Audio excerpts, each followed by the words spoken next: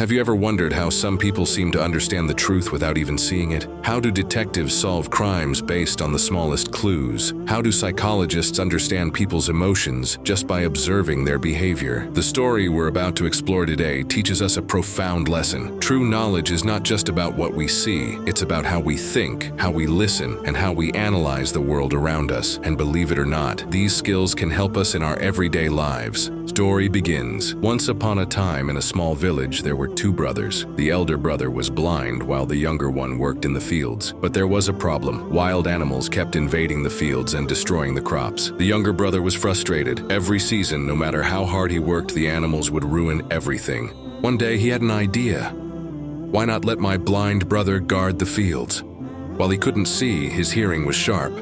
So, he built a small hut in the middle of the fields and asked his elder brother to sit there and yell loudly whenever he heard animals approaching. The plan worked. The crops were saved and the family finally found peace. But this wasn't just about farming. This setup gave the blind brother an opportunity to sharpen his other senses. With time, he could tell which animal was coming just by the way it moved. A slow, steady rustling meant a deer. Quick, sharp footsteps meant a wild boar. A faint slithering sound, a snake. And then, one day, a remarkable event took place. The king's test. A deer ran into the field, breaking the fence. Right behind it was a king, chasing it as part of a hunt. When the king saw the blind man, he asked, "Did you see a deer pass by?" The blind man replied, "I did not see it, but I can tell you this, that animal is not worth your time." The king was puzzled. "How do you know that if you can't see?" The blind man explained. "The way it moved, the way it broke the fence, and the weight of its footsteps. This was not a stag. It was a pregnant doe. And I have never heard of a true king who hunts a pregnant animal." The king was shocked. To test him, he sent his soldiers to investigate. When they returned, they confirmed that the blind man was right. Now the king was amazed and wanted to know more. Real-life example. Patterns and observation. What the blind man did here is something we see in real life all the time. Think about professional poker players. They can't see their opponent's cards, but they can still tell when someone is bluffing. How? By observing patterns. Maybe a player's hands shake when they lie. Maybe they blink more than usual. Maybe they suddenly avoid eye contact. These small details reveal the truth. The same principle applies in relationships. Have you ever had a conversation with someone and felt that they weren't being completely honest? Maybe they answered too quickly, or maybe they gave too much detail when it wasn't needed. These little clues help us see the truth, even when words try to hide it. The test of faithfulness. The king, now convinced of the blind man's wisdom, asked another question. "Can you tell me if my wife is faithful to me?" The blind man hesitated. "Why do you wish to know this after so many years of marriage?" The king insisted. "Answer me, or I will have you executed." The blind man agreed, but with one condition. "I must be alone with the queen for a short while." Though suspicious, the king agreed. The blind man was taken to a room with the queen. As soon as they were alone, he said, "I want to touch you." The queen was furious. She kicked him, slapped him, and beat him without mercy. The blind man barely escaped and ran back to the king. "Your Majesty," he said, "your wife is not faithful."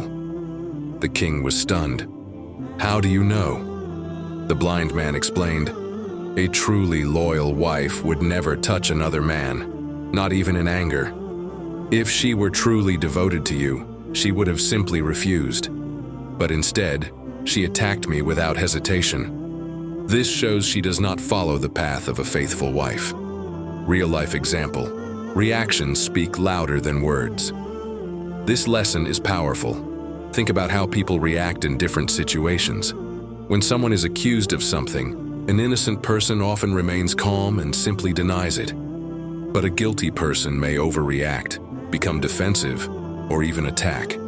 Have you ever asked a friend an uncomfortable question, and instead of answering calmly, they got angry at you?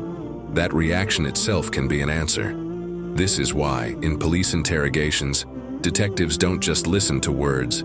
They watch body language, tone, and reactions, because sometimes the way a person responds says more than their actual words. The final question, identity. The king, now fully convinced of the blind man's wisdom, had one last question. "Tell me, am I truly my father's son?" The blind man smiled. "Why does it matter?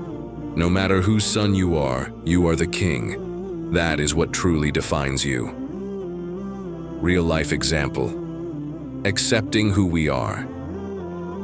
This moment is a reminder of something we all struggle with: identity.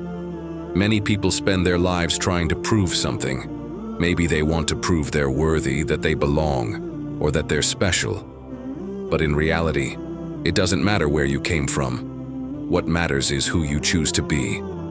Just like the king, we all need to stop doubting ourselves and start accepting our own power. You define your worth, not your past, not your parents, not what others say about you. So, what does this story teach us? It teaches us that truth is not just seen. It's felt, heard, and understood through observation and intelligence. It teaches us to pay attention to patterns in life, because people's actions always reveal more than their words. It teaches us that identity is not something we need to prove. It's something we own. And most importantly, it reminds us that wisdom is everywhere, if we only learn how to listen. The story of the king and the blind man is not just a tale. It teaches us a deep lesson about understanding the minds of others.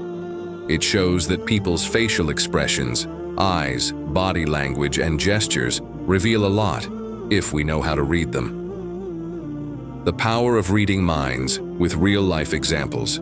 Many times we wonder what someone is thinking. Are they telling the truth? Are they hiding something? If we master this skill, our relationships can improve, we can make better decisions, and we can understand people more deeply. Let's explore this idea further. 1. The language of eyes. Eyes speak the truth. They say, eyes never lie. When we talk to someone, their eyes tell us a lot. If a person avoids eye contact, blinks frequently, or looks around nervously, they might be hiding something. Example: if a child secretly eats a sweet, and the mother asks, "Did you eat the sweet?" the child might avoid eye contact, look down, or smile nervously. The mother immediately realizes something is wrong. Similarly, when someone speaks confidently and looks straight into your eyes, it usually means they are honest and truthful. 2. Facial expressions. The face is the mirror of the mind. When someone is happy, their face lights up. When they are worried, their eyebrows tighten and their face looks tense. If someone is sad, no matter how hard they try, their sadness will be visible. Example: before a job interview, a nervous candidate may have a tense face, sweat, or shaky hands. On the other hand, a confident candidate will look relaxed, smile, and have a calm body posture. 3. Hand gestures and body language. The body speaks. Our body also reveals our emotions.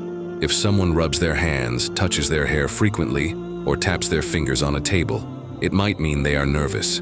Example: if someone is asked a question and they start rubbing their hands nervously, they may be unsure or uncomfortable. But if a person stands straight, shakes hands firmly, and speaks confidently, they are likely honest and strong-willed. How to learn the art of reading minds. Now the question is, can we also learn to read someone's mind? The answer is yes, but first, we need to calm our own minds. If our mind is restless, we won't be able to observe others properly. 3 simple ways to focus the mind. Practice meditation. Spending at least 10 minutes a day in meditation helps calm and focus the mind. This makes it easier to observe people's body language and expressions. Observe carefully. When talking to someone, don't just listen to their words. Also pay attention to their body language, eye movements, and facial expressions. Stay in the present moment. If our mind is stuck in the past or worrying about the future, we won't be able to understand the present. So, train yourself to be fully aware of each moment. Conclusion: a new perspective. If we learn the art of understanding emotions, we can build better relationships, make wiser choices, and truly connect with people. This story teaches us that to understand others, we must first understand ourselves. If you like this story and learned something valuable, please subscribe to this channel. We will bring another interesting and insightful story soon. Until then, Namo Buddhaya.